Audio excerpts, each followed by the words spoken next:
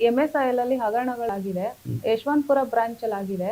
ಒಂದು 1.5 ಇಂದ 2 ಕೋಟಿ ಹತ್ರಕ್ಕೆ ಹಗರಣ ಆಗಿದೆ. ಅದು FIR ಮಾಡಿದರೆ ಹೊರತು ಮೀಡಿಯಾಗೆ ಎಲ್ಲೂ ಬಿಟ್ಟಿಲ್ಲ, ಅವರು ಎಲ್ಲೂ ಪಬ್ಲಿಕ್ ಮಾಡಿಲ್ಲ. ಮತ್ತೆ ಇನ್ನು ಬ್ರಾಂಚ್ಗಳಲ್ಲಿ ಬೇರೆ ಬ್ರಾಂಚ್ಗಳಲ್ಲಿ ಲಕ್ಷಾಂತರ ರೂಪಾಯಿ ತಿಂದಿರೋರು ಇವಾಗ್ಲೂ ಕೆಲಸ ಮಾಡ್ಕೊಂಡು ಅಲ್ಲೇ ಇದ್ದಾರೆ. ಸೊ ಹಂಗಾದ್ರೆ MSI ಅಲ್ಲಿ ನಿಮಗೆ ಅನೇಕ ಹಗರಣಗಳು ಇದಾವೆ ಸರ್, ನಂಗೆ ಗೊತ್ತಿದೆ ಅದು. ಸೊ ಈಗ 2 ಕೋಟಿ ಅವ್ಯವಹಾರ ಆದ್ರೂ ಮತ್ತೆ ಕಸ್ಟಮರ್ MSI ಚಿಟ್ ಕಟ್ತಿರೋ ಪಾಪ ಅವ್ರು ಹೇಗೆ ನೆಮ್ಮದಿಯಿಂದ ಕಟ್ಕೊಂಡು ಹೋಗೋದು ಮೇಡಮ್? ಇವಾಗ MSIL ಒಳಗಡೆ ಹೋದ್ರೆ ಸರ್, ಜಸ್ಟ್ ನೀವು ಯಶವಂತಪುರದು ಡೀಟೇಲ್ಸ್ ಕೊಡಿ ಅಂತ ಕೇಳ್ಬಿಡಿ. ಅದ್ರಲ್ಲಿ ಕಂಪ್ಲೀಟ್ ಏನು ಹಗರಣ 1.5 ಕೋಟಿ 2 ಕೋಟಿ ತನಕ ರೀಚ್ ಆಗಿದೆಯೋ ಅದು ಕಂಪ್ಲೀಟ್ ಡೀಟೇಲ್ ನಿಮಗೆ ಸಿಗುತ್ತೆ ಸರ್.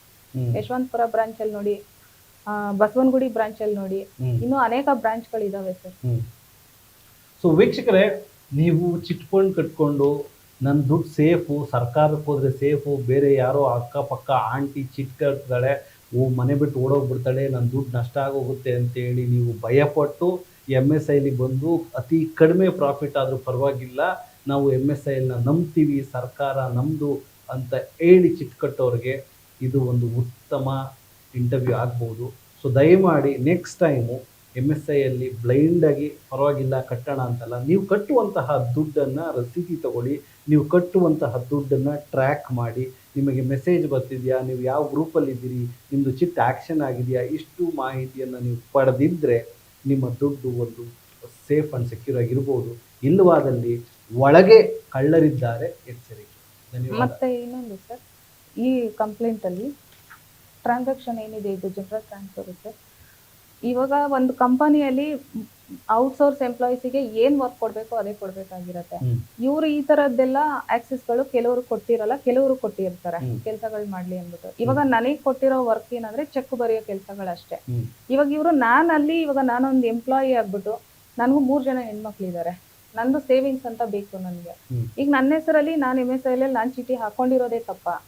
ಆ ಚೀಟಿ ಹಾಕೊಂಡಿರೋ ಚೀಟಿಗಳಿಗೆ ಇವ್ರು ಯಾವ್ದೋ ಉಳಿಕೆ ಅಮೌಂಟ್ನ, ಯಾವ್ದೋ ಬಿಟ್ಟೋಗಿರೋ ಚೀಟಿ ಅಮೌಂಟ್ನ ನನ್ನ ಚೀಟಿಗೆ ಟ್ರಾನ್ಸ್ಫರ್ ಮಾಡ್ತಾರೆ ಅಂತ ಅಂದ್ರೆ ನಾವ್ ಇನ್ಯಾವ ತರ ನಾವ್ ಅಲ್ಲಿ ಚೀಟಿ ಹಾಕ್ಬೇಕಾ ಬೇಡವಾ ಅನ್ನೋದು ನಮ್ಗೆ ಇವಾಗ ಪ್ರಾಬ್ಲಮ್ ಆಗಿದೆ. ಸೊ ಅವರೇ ಬೇರೆ ಸಸ್ಪೆನ್ಸ್ ಆಗಿರೋ ಅಕೌಂಟ್ ಇಂದ ಯಾರಿಗಾದ್ರೂ ಅಪರಾಧವನ್ನ ಹೊರಿಸಬೇಕು ಅಂತ ಅಂದ್ರೆ ನಿಮ್ಮ ಅಕೌಂಟ್ಗೆ ಅವರು ಟ್ರಾನ್ಸ್ಫರ್ ಎಲ್ಲಾನು ಇವಾಗ ಒಂದು ಒಳ್ಳೆ ಹ್ಯಾಬಿಚುಯಲ್.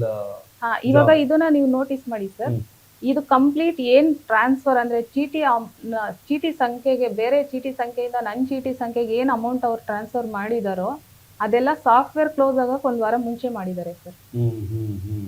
ಈಗ 2018 ಇಂದನೂ ನಾನು ಚೀಟಿಗಳು ಹಾಕೊಂಡ್ ಬಂದಿದ್ದೀನಿ, ಅಲ್ಲಿಂದ ಇವತ್ವರೆಗೂ ಯಾವ್ದು ನಾನು ಡಿಫಾಲ್ಟ್ ಮಾಡಿಲ್ಲ. ಇದು ಸಾಫ್ಟ್ವೇರ್ ಕ್ಲೋಸ್ ಆಗಕ್ ಮುಂಚೆ 1 ವಾರ ಮುಂಚೆ.